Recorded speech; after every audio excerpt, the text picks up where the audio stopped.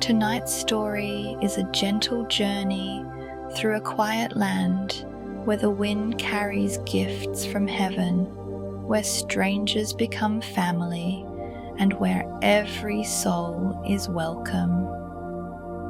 We are reminded that spiritual gifts are real and come from a loving Father in heaven. That Christ's church should be a place of true belonging, and that we are each called to serve and record the goodness of God in our lives. In this story, we'll learn of spiritual gifts like faith, wisdom, and healing, how the Spirit speaks, even in small and unexpected ways, and we'll feel the peace of a world where God's children remember who they are.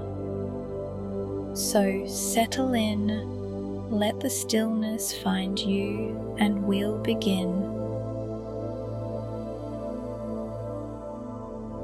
There was once a gentle village by the sea called Linmere.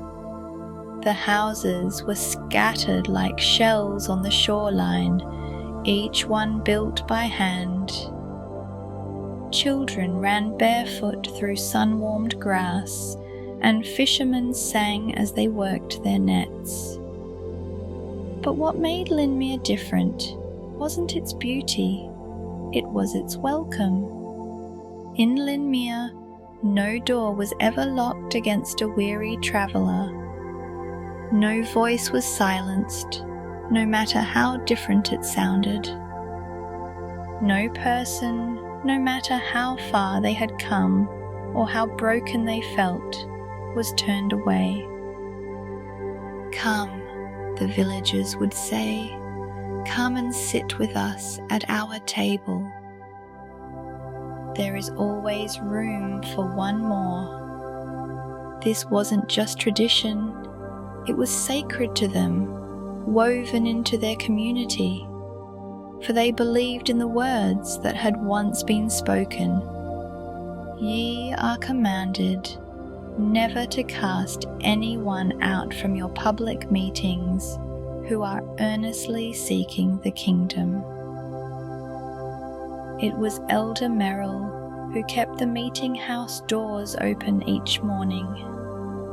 He was old now, with hands spotted by time and a back that curved like a shepherd's staff. He walked slowly, but was always the first to arrive before anyone else stirred. Elder Morale would dust the benches, his hands remembering the grain of the wood. He lit a lantern in the rafters, watching as its light spread like ripples on water. And then, in the quiet sanctuary, he whispered a simple prayer. "Let all who come feel the Spirit in this place. Let no one who enters here feel alone. Let every heart be filled with peace." And then he would sit by the door and wait for whoever might come. One evening, as the sky grew gold and shadows stretched long, the wind brought someone new to Linmere. She came wrapped in a cloak of woven grey, its edges frayed from the long journey. Her name was Nora, though she had almost forgotten the sound of it spoken in kindness. Nora had come from a distant land where the Spirit had grown quiet beneath distrust and doubt. It was a place where no one spoke of light, and kindness was kept in locked boxes. She had heard of Linmere from a passing sailor with honest eyes. He had spoken of a place where heaven still reached the earth, where people remembered sacred truths. "There's still magic there," he had told her, "not the kind from fairy tales, but the real kind, the kind that heals broken spirits. Those words had kindled something in her that she thought had died, the first fragile tendrils of hope. Nora was weary when she finally reached the village, and her hope flickered like a candle in the wind. She hesitated at the threshold of the meeting house, uncertain if she belonged in such a place of light. But when she stepped inside, Elder Merrill rose and smiled at her as if he had been waiting for her arrival. "Welcome," he said, offering no questions about her past. His voice was soft but sure, like a compass pointing north. "There is always room for one more here." The simple words fell on Nora's heart like gentle rain on parched earth. Nora sat at the edge of the back bench, poised for quick departure if needed. She listened as the villagers sang a hymn she didn't know. It was about love, matchless love, that reaches even those who feel most lost. Tears rose to her eyes, not from sadness as she was accustomed to, but from something else entirely. Something sacred that she had almost forgotten existed. Something real that stirred beneath years of protective numbness. That night, as she left the meeting house under a starry sky, a warm breeze brushed her cheek. It carried a whisper. "You are seen. You are known. You are loved." And for the first time in years, Nora slept without dreams of running away. As the days passed, Nora remained in Linmere. She began to help the baker with the morning bread, finding comfort in the rhythm of kneading dough. She walked the hills with the shepherd's children, teaching them the names of birds. And every evening she returned to the meeting house. One night, a lesson was shared about gifts, spiritual gifts that come from divine grace. The teacher, Sister Avon, with silver in her hair and wisdom in her eyes, held up a small oil lamp. "Each of us," she said, "is given light from above. Different light for different purposes, just as a garden needs various flowers.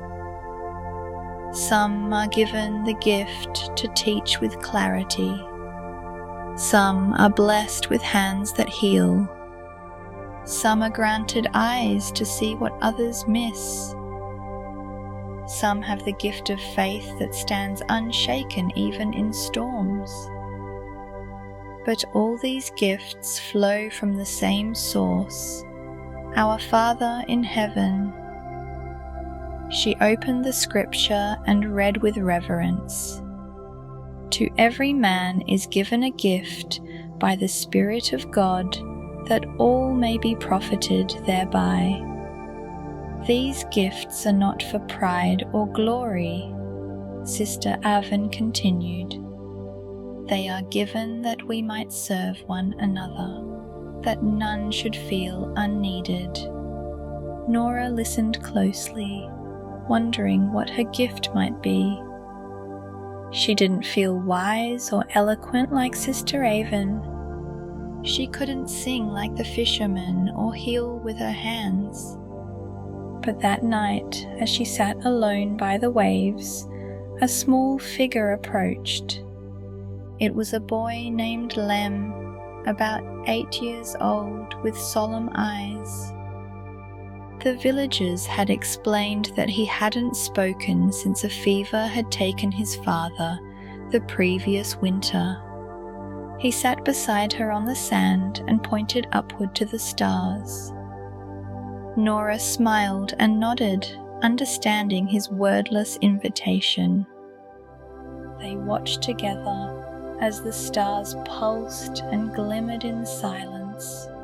No words passed between them, but something else did, a current of peace. The next day, the boy's mother came running, her face alight with wonder. "My son spoke this morning," she said, breathless with joy. He said, "The stars talk to Nora when she's quiet enough to listen. I think the Spirit talks to her that way too." Those are the first words he's spoken in nearly a year. And Nora began to understand. Perhaps her gift was quietness, the kind that creates spaces where others can hear their own hearts. Perhaps it was the kind of peace that let others breathe more deeply and find their voice. Far up in the hills, a shepherd named Miel tended his flock with quiet dedication.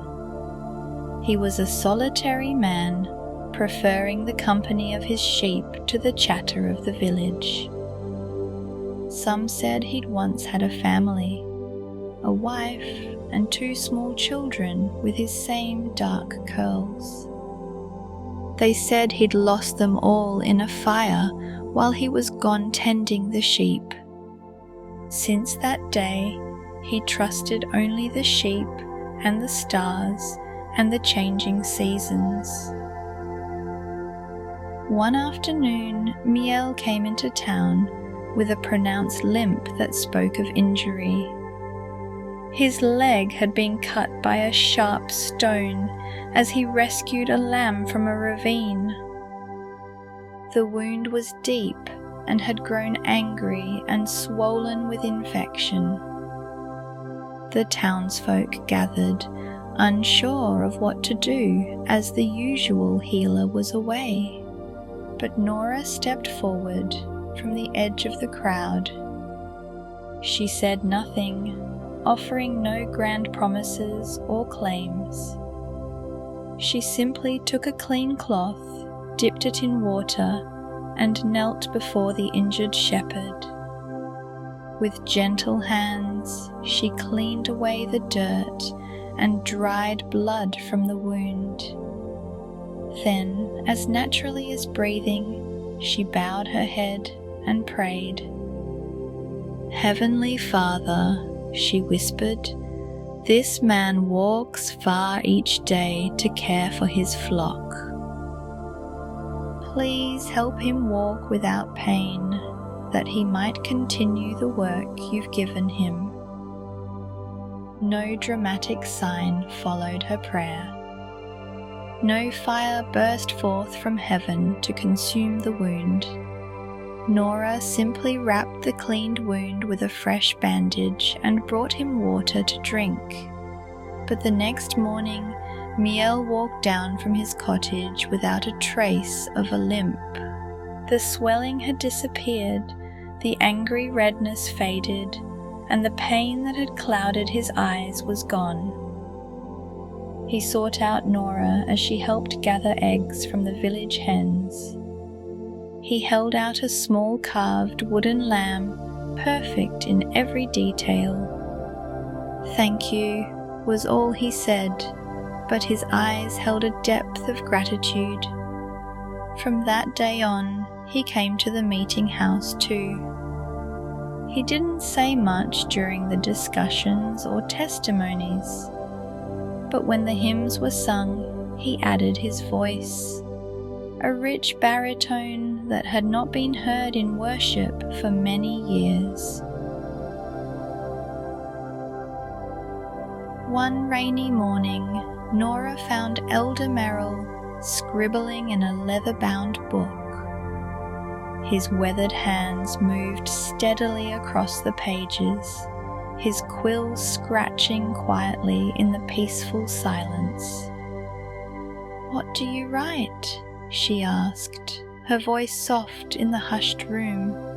Elder Morale looked up with a smile that crinkled the corners of his eyes. "Our history," he replied, gesturing to the pages before him. "The story of our village, of the faith that sustains us, of the miracles the Lord works among us. The Lord told us to keep a record of our journey. So I write what I see and what I know to be true." He reached into a drawer, pulling out a small book bound in simple blue cloth. "Here," he said, holding it out to Nora. "This is for you." Nora took it carefully, opening it to find blank pages waiting for words. "Write what you see with those quiet eyes of yours," Elder Morale encouraged. "What you feel in that awakening heart." Nora's hand hesitated over the pristine page. "I'm not a writer," she admitted.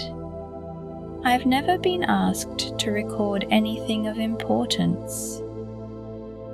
The most important histories aren't always written by the most eloquent hands, but by the most honest ones. You see things others miss, Nora. That's a gift that shouldn't be buried." Touched by his faith in her, she took the book and tucked it carefully into her pocket. And each evening thereafter, she wrote in it by candlelight. The entries were simple observations, captured with clarity and heart. These are some of the entries she wrote. "Today, Lem pointed to the stars again and asked if God counts them every night. I told him I believe God counts us instead, making sure none of his children are forgotten. Today the sea was calm and the sky golden at sunset. The fishermen returned with nets full, singing hymns of thanksgiving. Today I felt peace in my bones, the kind that settles deep and anchors the soul. I think this is what it means to be home, not a place, but a state of belonging." Her words were simple, unadorned by elaborate philosophy, but they held something precious, the spirit that breathes through ordinary moments. Years later, those pages would become a treasure. As summer gave way to autumn and leaves turned to flame on the hillsides, a messenger arrived in Linmere. He brought a letter addressed to Nora, sealed with wax and carried from beyond the hills. The letter was from the elders of the greater church region, men and women who oversaw the spiritual welfare of many villages. They had heard of the quiet woman who listened, who brought peace, who wrote of simple miracles. They asked something that made Nora's heart beat faster with both honor and apprehension. They asked her to travel to new villages beyond the mountains, places where faith had grown dim. They asked her to share her gift of peace, to help open hearts to Christ's healing love once more. We believe the letter read in careful script, that your particular light is needed where shadows have grown long. Will you go as our messenger of peace?" Nora read the letter 3 times, her hands trembling slightly with each reading. She was deeply honored by their trust, but equally afraid of failing to meet it. That afternoon she sought out Elder Merrill, finding him by the shore where he often went to pray. "I am not a leader," she said, without preamble, showing him the letter.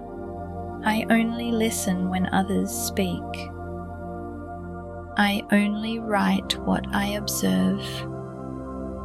How can I guide others when I am still finding my own way?" Elder Merrill gazed out at the horizon where sea met sky in a seamless line. "Many have hesitated when called to the Lord's errand," he said thoughtfully. "Maybe they didn't feel qualified or worthy of such a responsibility. Sometimes the most reluctant messengers carry the most authentic message."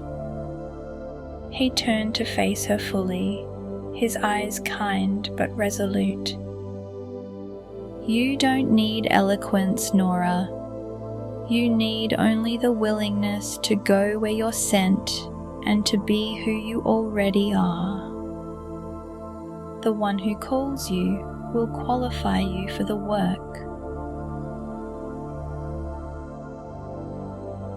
That night, after the village had settled into slumber, Nora walked alone to the shoreline. The moon cast a silver path across the water, an invitation to journey. She knelt in the cool sand and opened her heart in silent prayer, asking for clarity, for courage, for confirmation. As she prayed, she felt the wind press gently against her back, like a hand urging her forward. It was not forceful or demanding, just a nudge, a whisper, a promise. And in that moment, she knew with a certainty that transcended her fears. This calling was not hers to carry alone. The same spirit that had led her to Linmere would go with her beyond it. The same grace that had healed her would work through her for others. Always present, always sufficient, never depleted by distance or demand. With that assurance settling into her soul like an anchor, she whispered her acceptance to the night. "I will go." Word spread quickly through Linmere that Nora would soon depart for distant villages. Though she had come as a stranger only months before, she would leave as beloved family. On the eve of her journey, the village gathered in the meeting house to send her forth with blessings.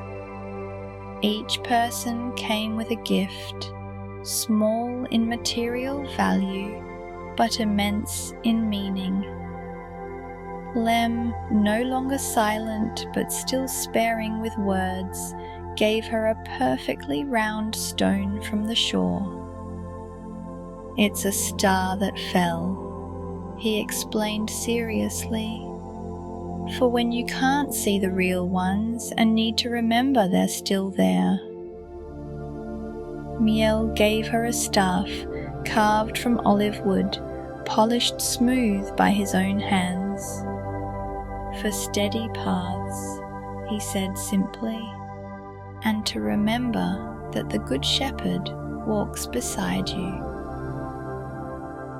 Sister Avon gave her a new oil lamp, small enough to fit in her travel sack, but crafted to burn bright and long. Light attracts light, she said with a knowing smile.